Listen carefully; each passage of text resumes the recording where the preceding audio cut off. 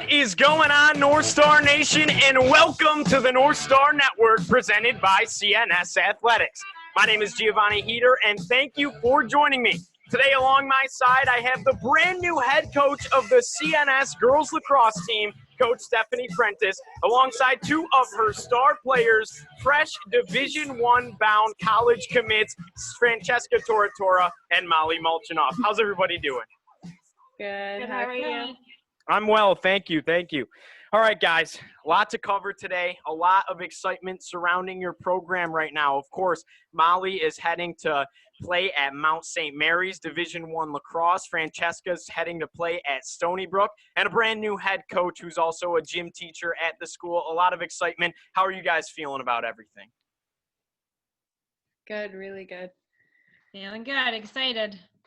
All right, I'm going to start with Coach, if you don't mind. Coach, can you tell us a little bit about yourself and everything from your past playing days, your past coaching experience, and how you got to where you are today? Absolutely. Well, I am a CNS alum. I played during our championship era for Coach Wetmore. Our team was inducted into the Syracuse Hall of Fame and New York State Hall of Fame for lacrosse. We were a championship team that was really awesome and won the very first state championship for girls in New York State down at Cortland State. So those experiences have kind of really made me into the coach, the teacher that I am, the parent that I am.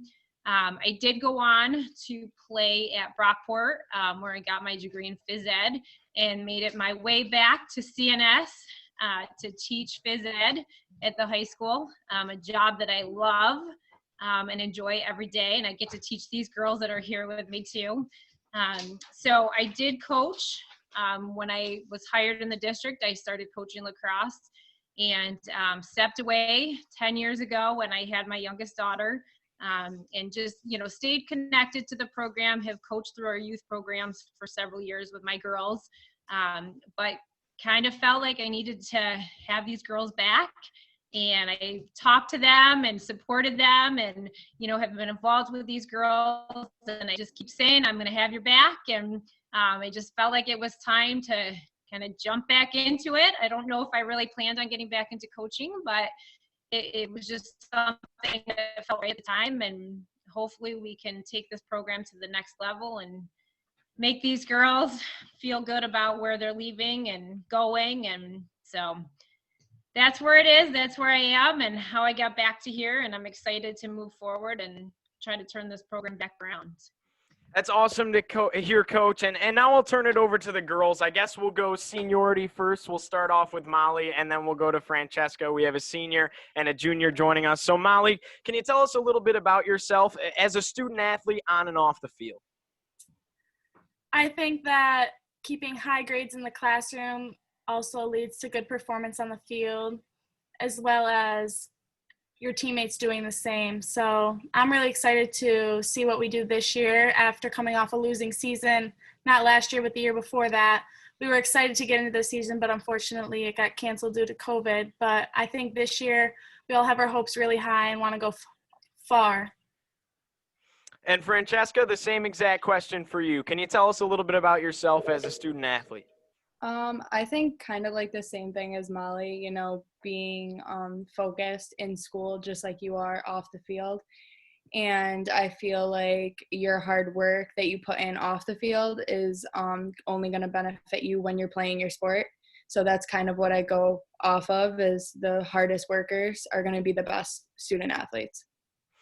Now, Coach, obviously these girls have been playing for a very long time, since they were very young, just as most lacrosse players do. It's not necessarily a sport that you can pick up overnight. It takes a lot of muscle memory. So can you speak about the importance of a feeder program? You said you were involved in youth lacrosse for the past 10 years or so. So can you speak about the importance of that?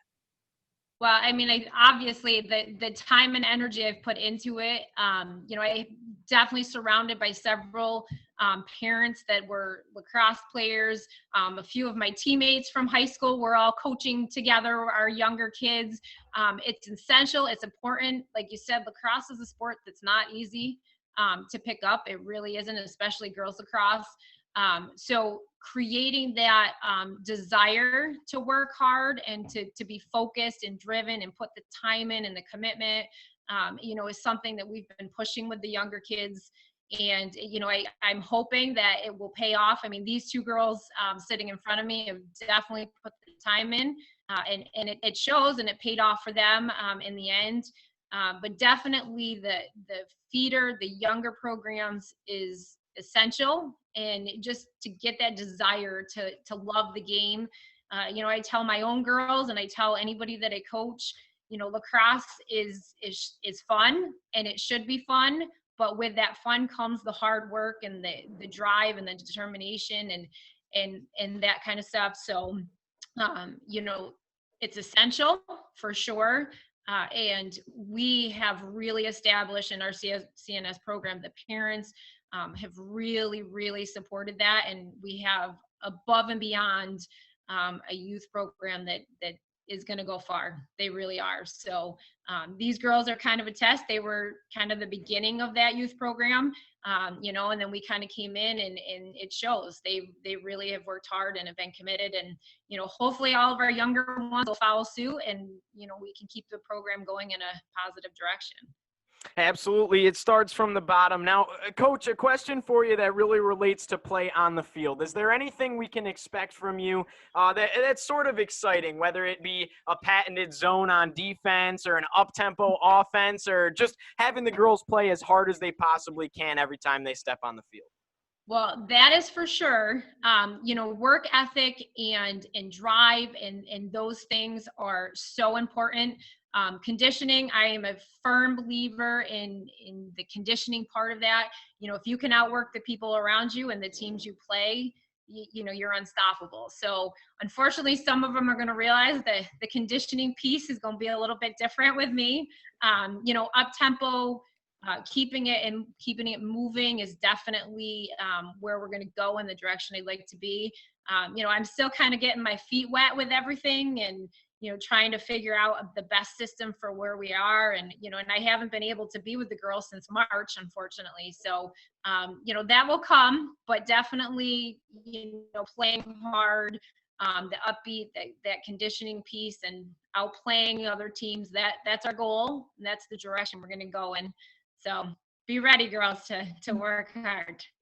Coach, you transitioned me perfectly, and we absolutely love what that happens on the broadcasting side of things. So my next question for the girls is, what have you guys been able to do with these unprecedented circumstances to really keep yourself not only in shape, but in the lacrosse mindset, whether it be fall ball, obviously the disappointment of not necessarily being able to play all your summer tournaments and your showcases. So how have you guys been able to improve your game?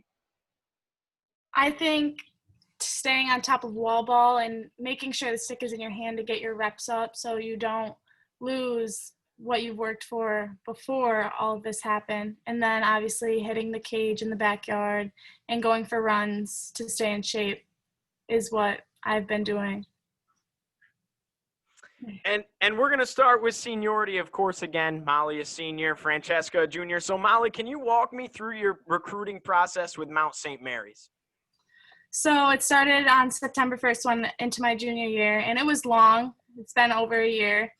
And I think I went on 2 visits there, and I loved it. I loved the coach and the family-like atmosphere that the Mount had. And it was just more of waiting it out, waiting for my offer. And then I ended up getting it boosted. And I think it was more of just a waiting game with it due to COVID and everything.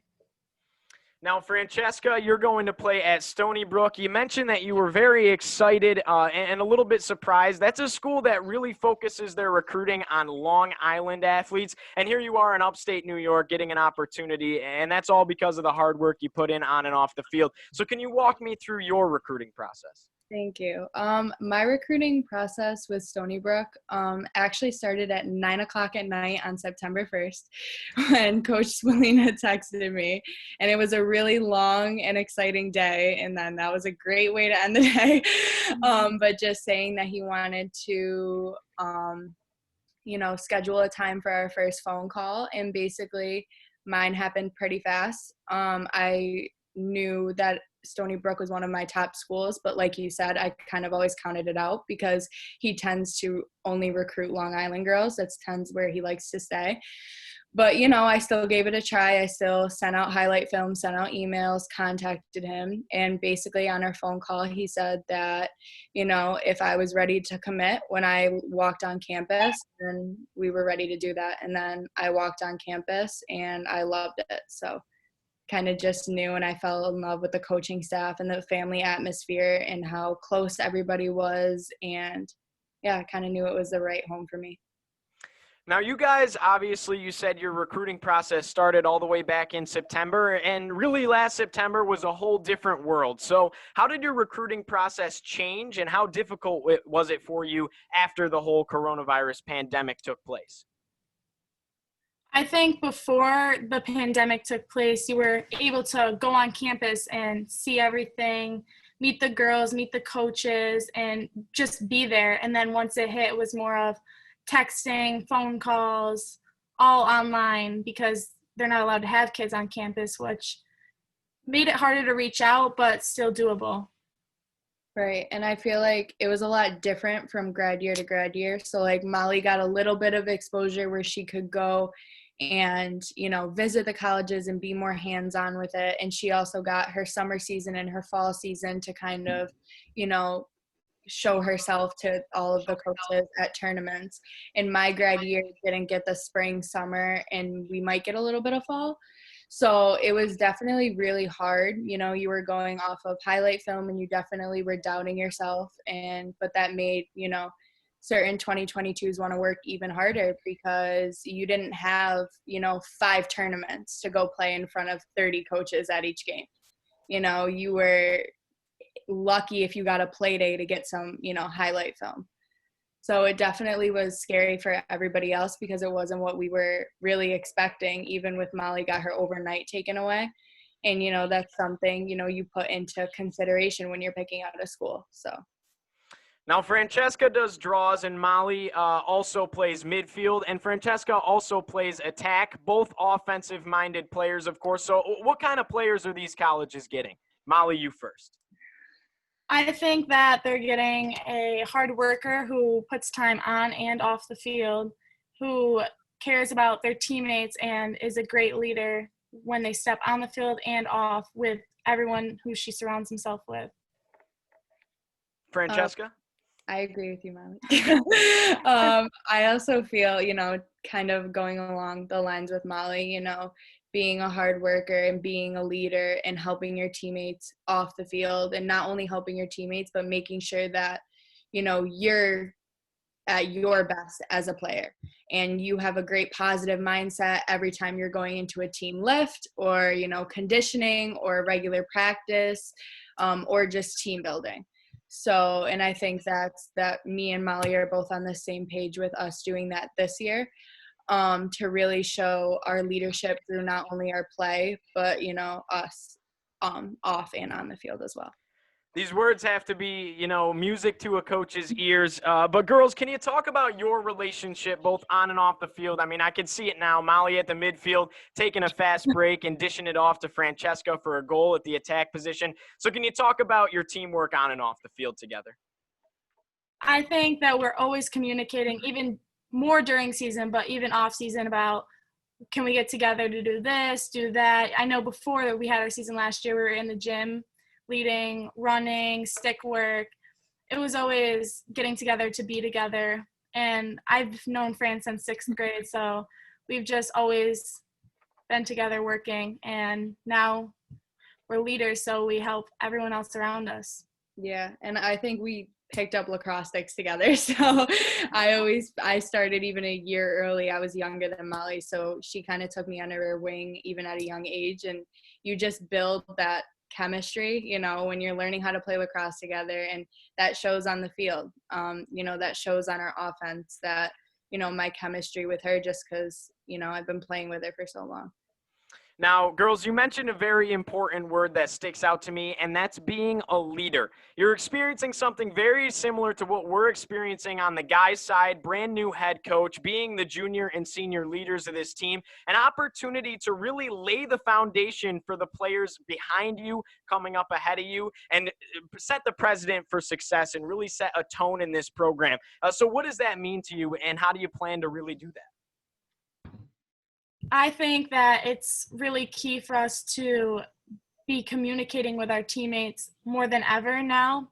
In past years when we weren't as much as one, we need to be more as one and communicate on and off the field in the off season totally, because we want to all stay together through the off season. So once we hit season, we're all together as one before it even starts.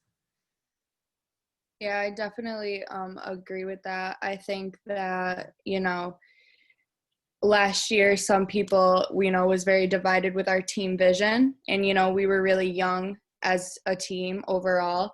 And I feel like with our new coach this year that we all kind of will be on the right track to have the same vision, that we want to turn the program around, and we're not going to have the same season as the last time we stepped on the field. We want a championship. It would be great to go from a 1-16 team to a championship. And every other coach that has played against us has said to us that it's very doable with the talent that you guys have. So I feel like if everybody really, unites and is a team, and we all have the same team vision, that's very important. And I think that it is totally doable.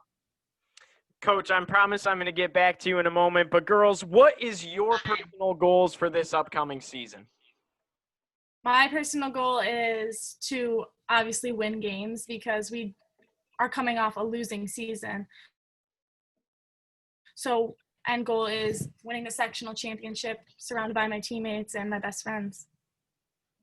Yeah, I think definitely the same thing as Molly. This is her last year. And like I said, a lot of us have been playing lacrosse together for a long, long time. And we didn't really get a shot last year to kind of rebuild a little bit before we really headed for a championship. But, you got to look on the bright side of things. And, we have all fall, all of winter, and all of spring to get ready to do that. And a lot of us are now upperclassmen, and we have new leadership. And that is awesome. And I feel like, it's really set up for us. I planned on asking you what you guys think it'll take to get there, but I think you spoke to it already, and I don't even have to, and that's, of course, incredible to hear. So I'll turn it back over to Coach. Coach, I'm going to ask you pretty much the same question. What are your goals for this upcoming season and really for the future of this program as a whole? Well, I think my first for me is bringing this team together and unifying our team with the same direction and the same focus. I'm a very competitive person. I do that in the right way, in a motivating and encouraging way. But of course, we want to win, we want to improve, we want to go forward. For me, athletics and sport is all about personal growth and developing life skills that are essential later in life. The passion, the drive, the hard work, the commitment, the being able to work with people. All of those skills are something that are essential in life. And, what I learned from playing sports all of my life, especially my lacrosse team, we had a lot of success. And we had a lot of success because we worked together as a team. We had a unified vision, which was to make it to that state championship and win. And so just getting the girls to have that discipline, the mental toughness, the physical toughness, the ability to come together to come up with that goal of wherever we go in the mountains that we move, creating that is important. And that just starts with the toughness, mentally, physically, and the accountability, the self-discipline. So for me, initially, it is, obviously we're always going to want to shoot for the stars and win everything we can go, or as far as we can go, really. But initially, I want to bring this team together so we have the same vision, the same goals, the same direction, so that we can kind of move forward with that.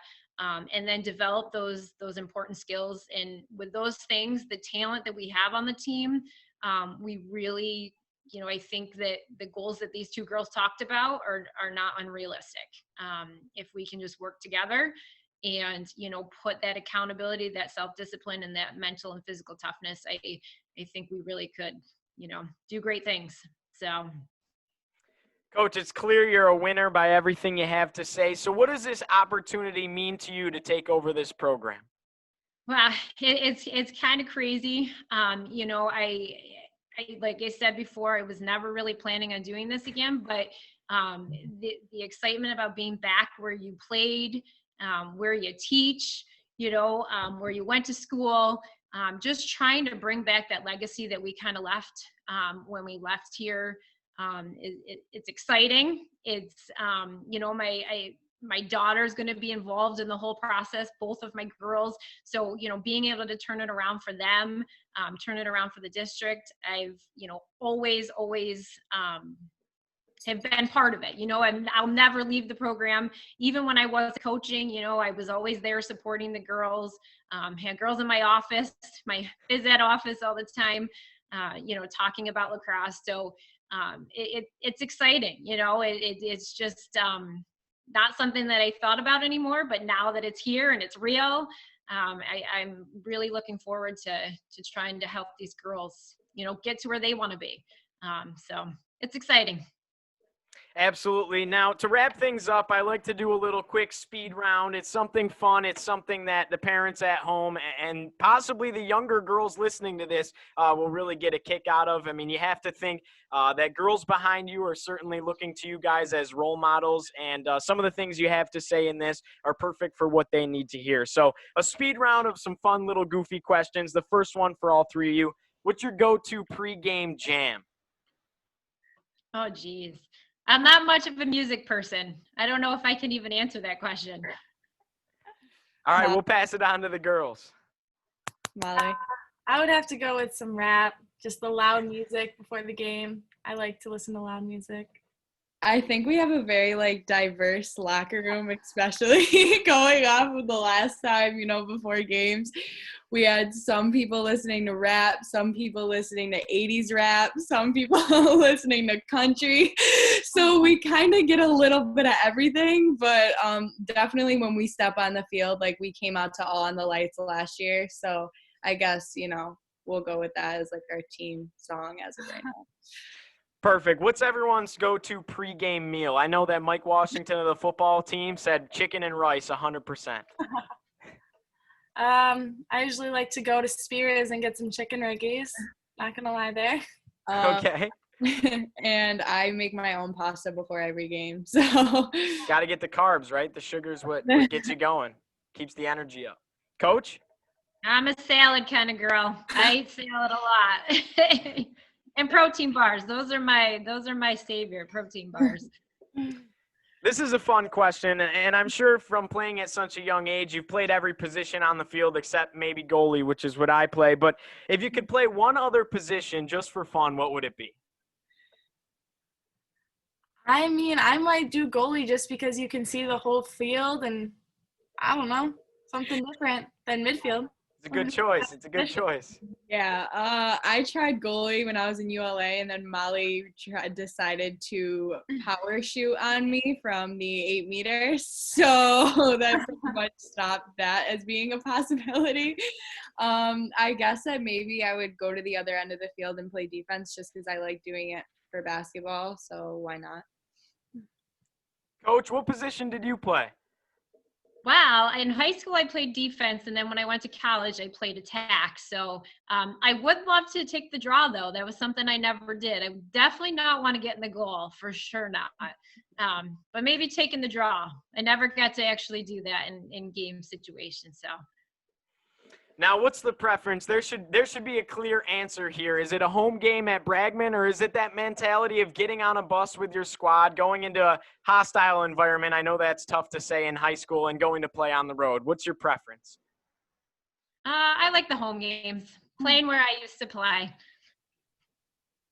I like the home games, but I do like to go away because I feel like once you're away, everyone's totally more focused because you're not on your home field. I definitely like home games better, except when we play Liverpool. I like playing at their stadium, and I think it's kind of like a war between Liverpool and CNS, especially on the lacrosse field. So it's cool we get to play them, at home and at their stadium. And then last question for everyone. If you had one question to describe your play on the field, describe your game, what would it be? One word.